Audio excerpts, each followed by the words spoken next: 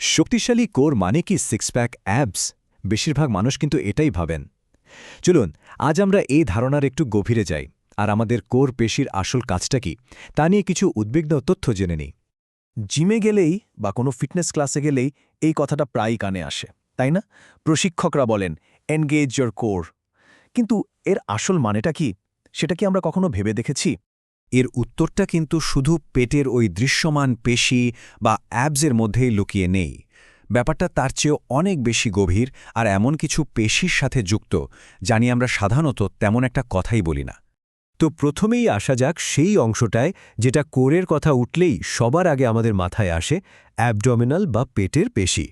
এই যে six pack ABS, এটাই আমরা আয়নায় দেখি, কিন্তু মজার ব্যাপার হলো এটা কিন্তু স্রেফ ওপরের একটা স্তর। আসল খেলাটা তো এর নিচেই। ওই সিক্স প্যাকের নিচেই আছে আরও ৩টে চ্যাপ্টা পেশির লেয়ার, ভাবুন তো। আর প্রত্যেকটা লেয়ারের মাসেল ফাইবারগুলো আলাদা আলাদা দিকে সাজানো থাকে। এই বিষয়টা বোঝার জন্য একটা দারুণ উপমা আছে। ঠিক যেন কেউ প্যান্টের পকেটে হাত ঢোকাচ্ছে। এক্সটার্নাল অবলিক পেশিগুলো সেভাবেই নিচের দিকে আর ভেতরের দিকে যায়, আর ইন্টারনাল অবলিকগুলো ঠিক তার উল্টো দিকে, যেন পকেটে বুড়ো আঙ্গুল রাখা হয়েছে। আর সবচেয়ে গভীরে মানে একদম ভেতরে আছে ট্রান্সভার্সাস অ্যাবডোমিনাস।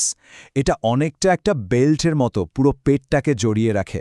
আর এর কাজও কিন্তু বেল্টের মতোই, পেটকে ভেতর থেকে সাপোর্ট দেয়া আর কোরকে স্টেবল রাখা। আচ্ছা, পেটের পেশির কথা তো হলো, এবার চলুন আরও গভীরে যাই, কোরের এমন একটা অংশে যার কথা খুব কমই শোনা যায়, কিন্তু যেটা অবিশ্বাস্য রকমের গুরুত্বপূর্ণ। তো এই পেলভিক ফ্লোর মাসেলগুলো আসলে কি?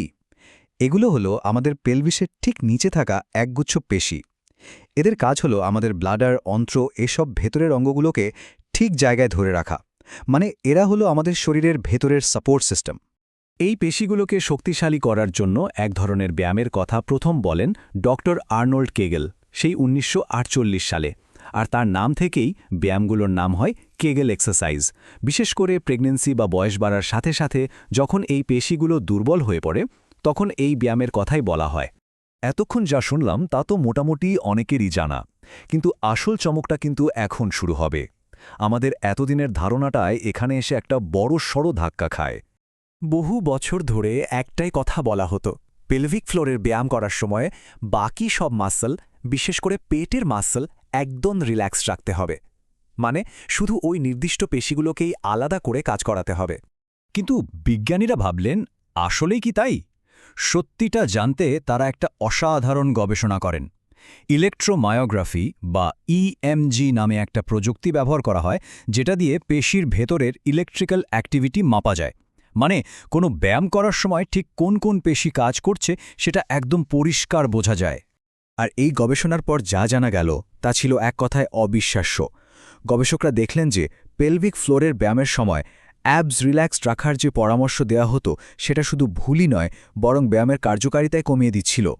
দেখা গেল যখন মানুষজন তাদের অ্যাবস রিল্যাক্স করে পেলভিক ফ্লোরকে সংকুচিত করার চেষ্টা করছে, তখন তারা তাদের সর্বোচ্চ শক্তির মাত্র ২৫% ব্যবহার করতে পারছে।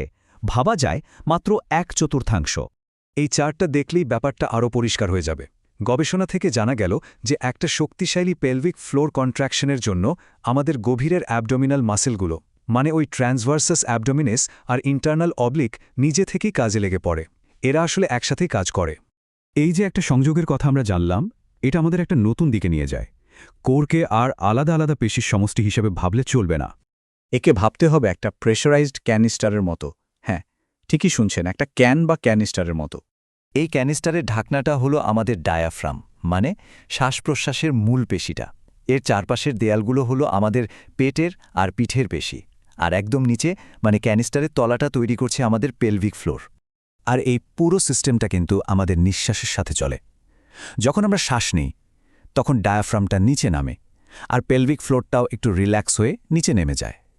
আবার যখন শ্বাস ছাড়ি তখন ঠিক তার উল্টোটা হয়, ডায়াফ্রাম ওপরে ওঠে আর পেলভিক ফ্লোরটাও সংকুচিত হয়ে ওপরে ওঠে। একটা পারফেক্ট টিম ওয়ার্ক। তো এত কিছু জানার পর প্রশ্ন আসতেই পারে, এই নতুন ধারণাটাকে আমরা কাজে লাগাবো কিভাবে? এর জন্য একটা দারুণ কার্যকরী কৌশল আছে, যার নাম দ্য ন্যাক। ব্যাপারটা খুব সহজ। যখনই শরীরে হঠাৎ কোনো চাপ আসতে চলেছে, যেমন ধরুন কাশি বা হাঁচি দেওয়া কিংবা কোনো ভারী জিনিস তোলা, তার ঠিক আগের মুহূর্তে সচেতনভাবে পেলভিক ফ্লোরকে একটু সংকুচিত করে নেওয়া। এতে পুরো কোর সিস্টেমটা একবারে সক্রিয় হয়ে যায় আর ওই চাপটা সামলানোর জন্য তৈরি থাকে। তাহলে দেখুন আমাদের চিন্তাভাবনায় কতটা বদল আনতে হবে।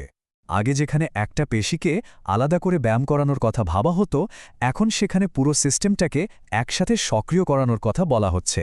অ্যাবস রিল্যাক্স রাখার বদলে এখন গভীরের অ্যাবসের সাথে একসাথে কাজ করানোর কথা বলা হচ্ছে। আর সবকিছুই হবে নিঃশ্বাসের সাথে তাল মিলিয়ে। তার মানে আমাদের কোর আসলে একটা সমন্বিত সিস্টেম, আর এই সিস্টেমটাকে বোঝা মানে শুধু একটা কেগেল ব্যায়ামকে নতুনভাবে জানা নয়। এর মানে হল কোর স্ট্রেংথ, স্টেবিলিটি, এমনকি আমাদের সার্বিক স্বাস্থ্য নিয়েও আমাদের ধারণাটাকে নতুন করে সাজানো।